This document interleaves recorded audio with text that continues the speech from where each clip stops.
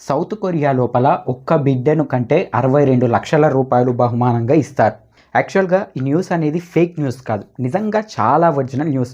ప్రస్తుతం సౌత్ కొరియాలో ఉన్నటువంటి ఒక కంపెనీ ఇటువంటి ఒక ఆఫర్‌ని, ఇటువంటి ఒక అవకాశాన్ని అక్కడి గవర్నమెంట్‌తో కలిసి ఆ దేశంలో అమలు చేయడం జరిగింది.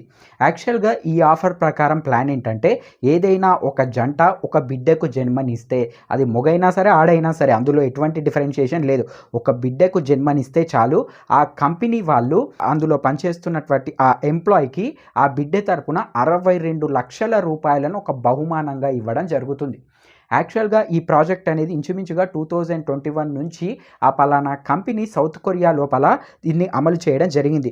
అప్పటి నుంచి ఇప్పటి వరకు కూడా ఆ కంపెనీ రిలీజ్ చేసిన రిజల్ట్ ప్రకారం ఇంచుమించుగా 70 మంది పిల్లలు పుట్టారంట.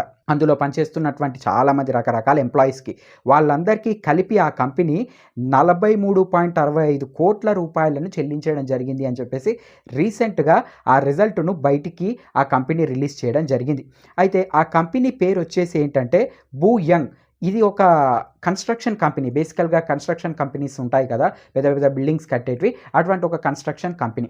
అయితే ఈ కంపెనీ ఇటువంటి ఆఫర్‌ని ఆ దేశంలో తీసుకురావడానికి కారణం ఏంటి? అసలు అక్కడున్న సిట్యుయేషన్స్ ఏంటి అన్న విషయాల గురించి మనం ఆలోచన చేద్దాం. బేసికల్‌గా ఇప్పుడున్న సొసైటీ లోపల, యంగ్ జనరేషన్ లోపల ఉన్నటువంటి సిట్యుయేషన్ ఏంటంటే, బాగా చదువుకొని ఆ తర్వాత కెరియర్‌ని సెట్ చేసుకొని ఆ తర్వాత మ్యారేజ్ చేసుకోవాలి అన్నటువంటి ఒక పాయింట్ అనేది చాలా మటుకు యంగ్‌స్టర్స్ లోపల ఉండే పాయింట్ ఇదే. మాక్సిమం అది ఏ దేశమైనా సరే.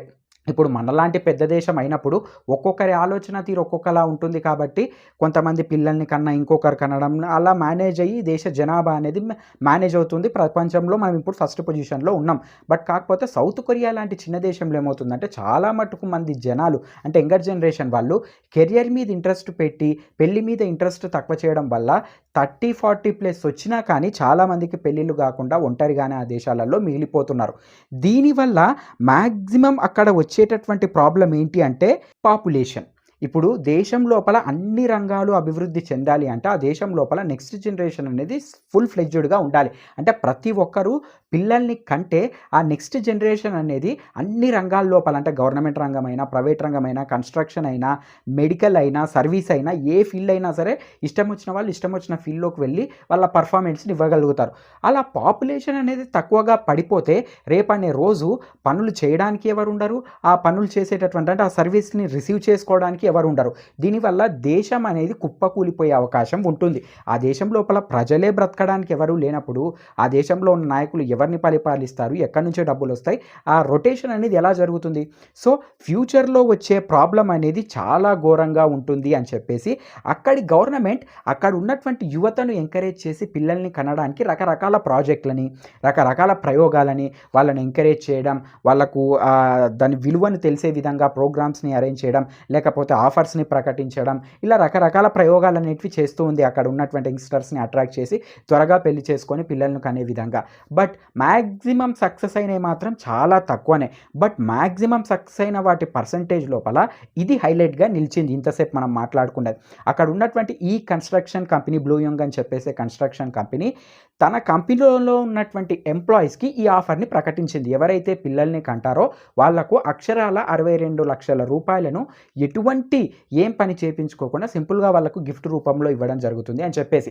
దీని వెనుక ఉన్న ఉద్దేశ్యం ఏంటి అని చెప్పేసి ఆ కంపెనీ చెప్పిన విషయం ఏమిటంటే, యాక్చువల్‌గా సౌత్ కొరియా లోపల పాపులేషన్ పడిపోవడం వల్ల అది దేశ అభివృద్ధి మీద చాలా ఎఫెక్ట్ పడుతుంది కాబట్టి మా వంతుగా దేశానికి సాయం చేసే విధంగా, మా వంతుగా పాపులేషన్ పెంచే విధంగా, ప్రజల లోపల అవగాహన కల్పించే విధంగా మేము ఇటువంటి ఒక స్కీమ్‌ని పెట్టి మా దగ్గర ఉన్నటువంటి ఎంప్లాయీస్‌ని మేము ఎంకరేజ్ చేస్తున్నామని చెప్పి అలాగే 2021 నుంచి వాళ్ళు ఎప్పుడైతే ఈ స్కీమ్‌ని అందుబాటులోకి తీసుకొచ్చారో కేవలం 3 సంవత్సరాల టైంలోనే వాళ్ళు ఒక 70 మంది పిల్లలకు ఈ ప్రైజ్ మనీని అందించడం జరిగిందంట. అంటే వాళ్ళ కంపెనీలో పనిచేసే 70 జంటలు పిల్లల్ని కన్నారు. ఆ పిల్లల్ని కంటే ఆ పిల్లలకు ఆ కంపెనీ అనేది ఈ పలానా 62 లక్షల అమౌంట్ అనేది గిఫ్ట్ రూపంలో ఇవ్వడం జరిగింది. ఇక ముందు కూడా ఎవరైనా సరే మా కంపెనీలో పనిచేసే వాళ్ళు ఎంతమంది పిల్లల్ని కంటున్నా సరే వాళ్ళకు ఖచ్చితంగా ఈ గిఫ్ట్ ఇస్తాం.